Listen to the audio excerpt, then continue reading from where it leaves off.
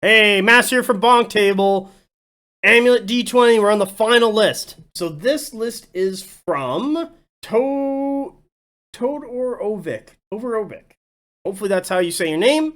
Hopefully I'm not butchering it. If I butchered anyone's name, please let me know. I'll try to correct it in the future if I ever do this again. Names are really hard for me. Everyone's seen me read City State's name and also all the Ironi lists that have popped up. Pretty terrible at it, but hopefully a lot of people have put up with it or enjoyed my breakdowns of each of the lists. This is our final list to review.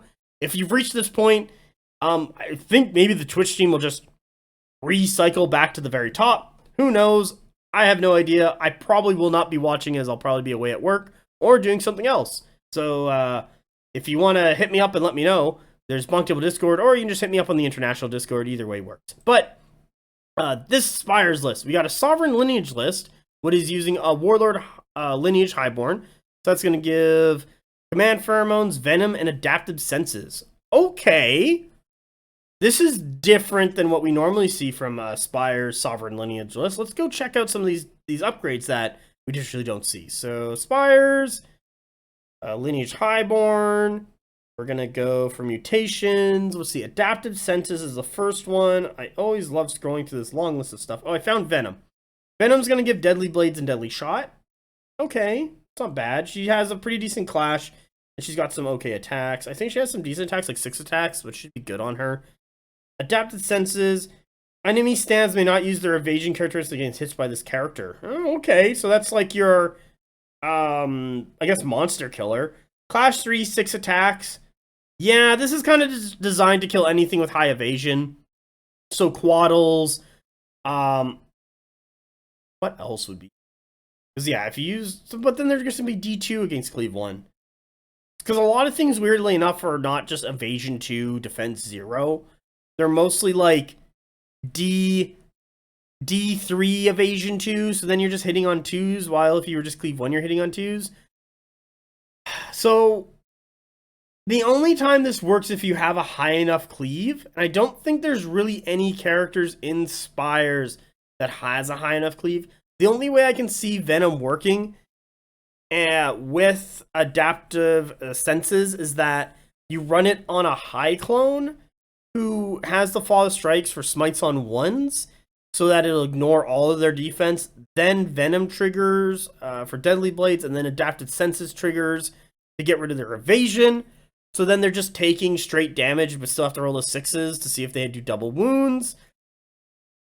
So right off the bat, I think this is a poor optimization choice on what the Lineage Highborn can bring to the list. She normally tends to bring Command Pheromones for +1 resolve. No, not Command Pheromones, I think, is a draw event. There's another one for +1 resolve. Man, God, we've gone over this a million times.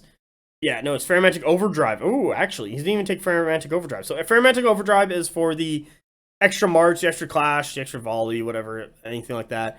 Cascading Generation is the +4 for Aura of Death. And Command Pheromones is +1 resolve. So she's grabbing +1 resolve, and she's probably going to be sitting in that 6 stack of Avatara with Superior Creation, so they go up to Clash 3. Same thing with the other Avatara. Then we got Double Centaur Avatara. Like, I like where this warband is going. Double Centaur is fine, but her upgrades, especially being the Warlord and grabbing these upgrades, there's just better things I feel you could grab. The combo doesn't really work for her, just because... Sure, she ignores the evasion, but does not mean she ignores all of the defense as well. She still has to have her cleave, and she doesn't have any smite in there. She's doing Deadly Blades, but like that's kind of like, oh, whatever. Okay, I rolled a 6, take 2 wounds, great. It is going to be really annoying because she's 6 attacks at Clash 3, but she is once again only Cleave 1, so she's not digging deep into that defense characteristic to then ignore the evasion. And that's why I think Adaptive Senses is not the correct choice here. Let's see, what's the next warband? Let's go to the High Clone Executor.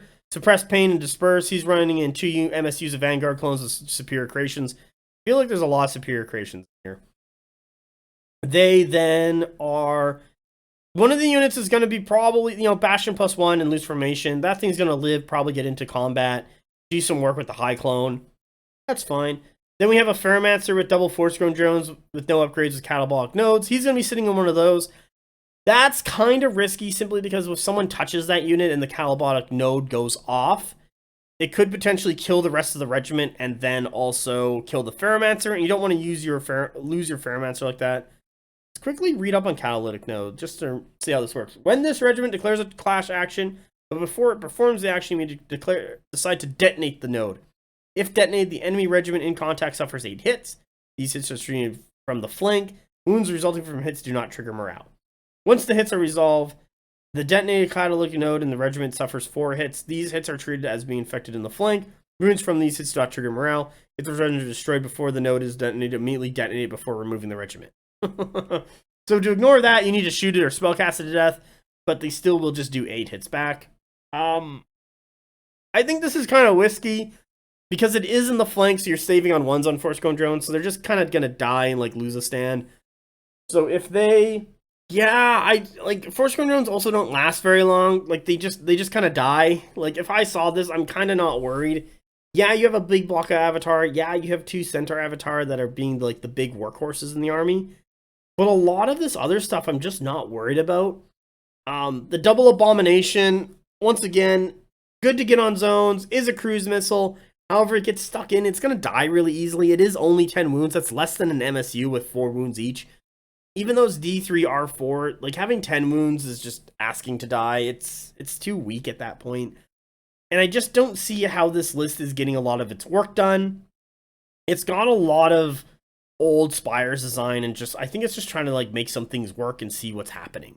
That's kind of like what I see out of this list and what I think it's doing. I think the player will have some fun with it. Exploding Calibok nodes is always fun. The Avatar brick is going to grind for a while, but I think like you're going to lose the Vanguards and Force Grown drones pretty quickly. That's going to put you down to having Abominations, Avatar, and Centaur Avatar. Abominations are going to die next, and then it's just kind of your 4 regiments in the Lineage Highborns Warband versus the world, because there's not that much staying power in the rest of the list. So yeah, with that, thank you for listening to me ramble about every single list at this event. Hopefully I'm correct in some ways, hopefully I'm wrong in some ways. Hopefully we see how this event pans out, and I hope everyone in Europe who attended this event has a fantastic time and a blast playing, and I wish them the best of luck. So with that, thank you very much for listening to me. I hope you guys have fun watching the rest of the Twitch stream, and I hope they loop back to the very first one, because for some reason, people like listening to me talk about stuff.